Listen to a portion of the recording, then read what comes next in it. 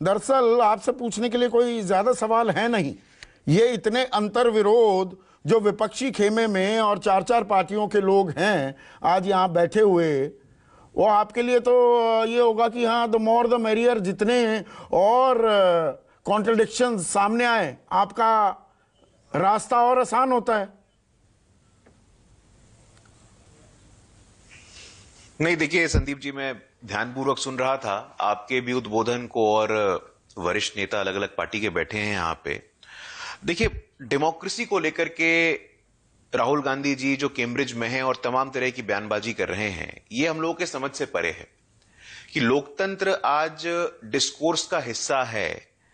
और राहुल गांधी जी तो इस हद तक कह दिए कि भारत में लोकतंत्र ही नहीं है, और लोकतंत्र पे ही, लोकतंत्र को बचाने के लिए 9 दलों की चिट्ठी जिसका आप जिक्र कर रहे थे।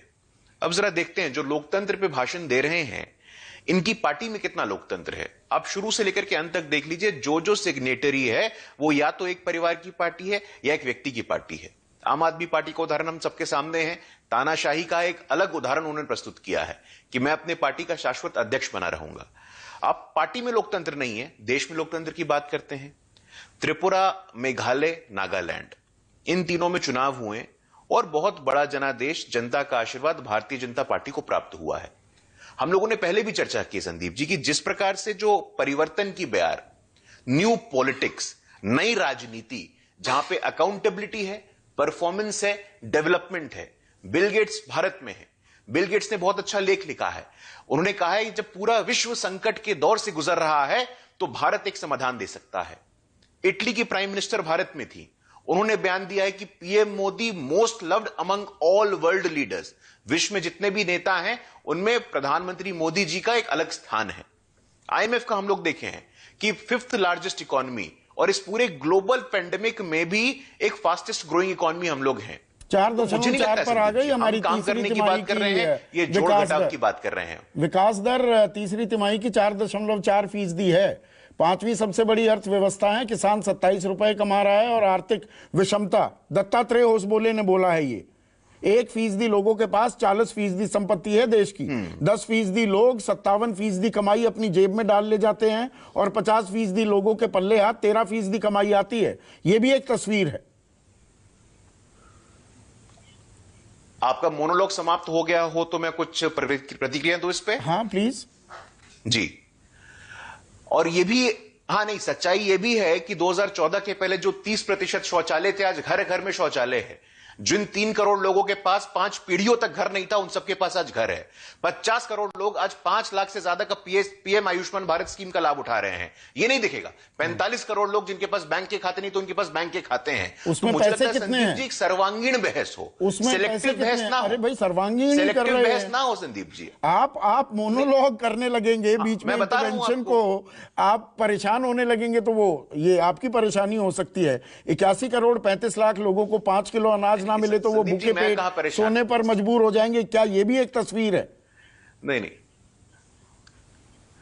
नहीं संदीप जी, देखिए हमें परेशानी की क्या बात है। उत्तर प्रदेश में चुनाव हुआ पिछले वर्ष, उत्तराखंड में चुनाव हुआ पिछले वर्ष, मणिपुर में हुआ, गोवा में हुआ, गुजरात में हुआ। हमें तो जनता का आशीर्वाद मिल रहा है। और ये तो ताज्जुब होता है कि एक राजनेता को राजनीति करने के लिए भी आलोचना सुनना पड़ता है। अरे भाई, राजनीति में कोई है तो राजनीति करेगा ना। अब कोई राजनीति क्यों कर रहा है उसके लिए भी गाली दो।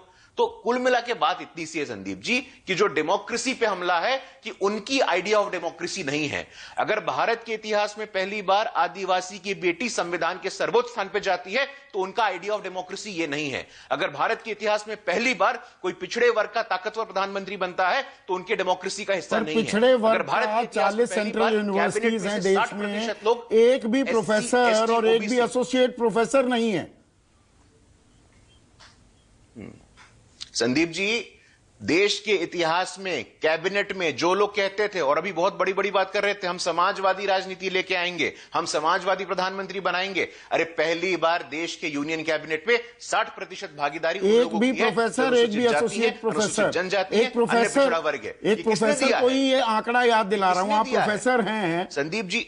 गुरु भाई, कोई पिछड़ी जाति का एक भी प्रोफेसर या एसोसिएट प्रोफेसर है 40 केंद्रीय विश्वविद्यालयों में?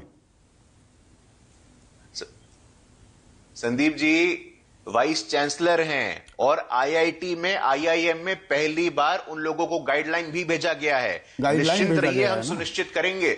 जिस प्रकार राष्ट्रपति भवन में आदिवासी की बेटी पहुंची है, केंद्रीय मंत्री बने, तो निश्चिंत रहिए। और हमें भी चिंता है कि प्रोफेसर्स हो, वाइस चांसलर्स हो, अधिक से अधिक सामाजिक विविधता कैसे आए। जुडिशियरी में आज तक सिर्फ बात होती थी, लेकिन जुडिशियरी में भी सामाजिक विविधता कैसे आए, उस पर चर्चा हो रही है, उस पर विमर्श हो रहा है। तो लोगों को पचता नहीं है बात। जो हाँ, आपने लोकतंत्र की बात की, 3 बार आपने लोकतंत्र का जिक्र किया, और कीजिए पार्टी और कांग्रेस परिवारवाद से ग्रस्त है, इस आरोप में बहुत दम है आपकी, मैं बिल्कुल इत्तेफाक रखता हूं।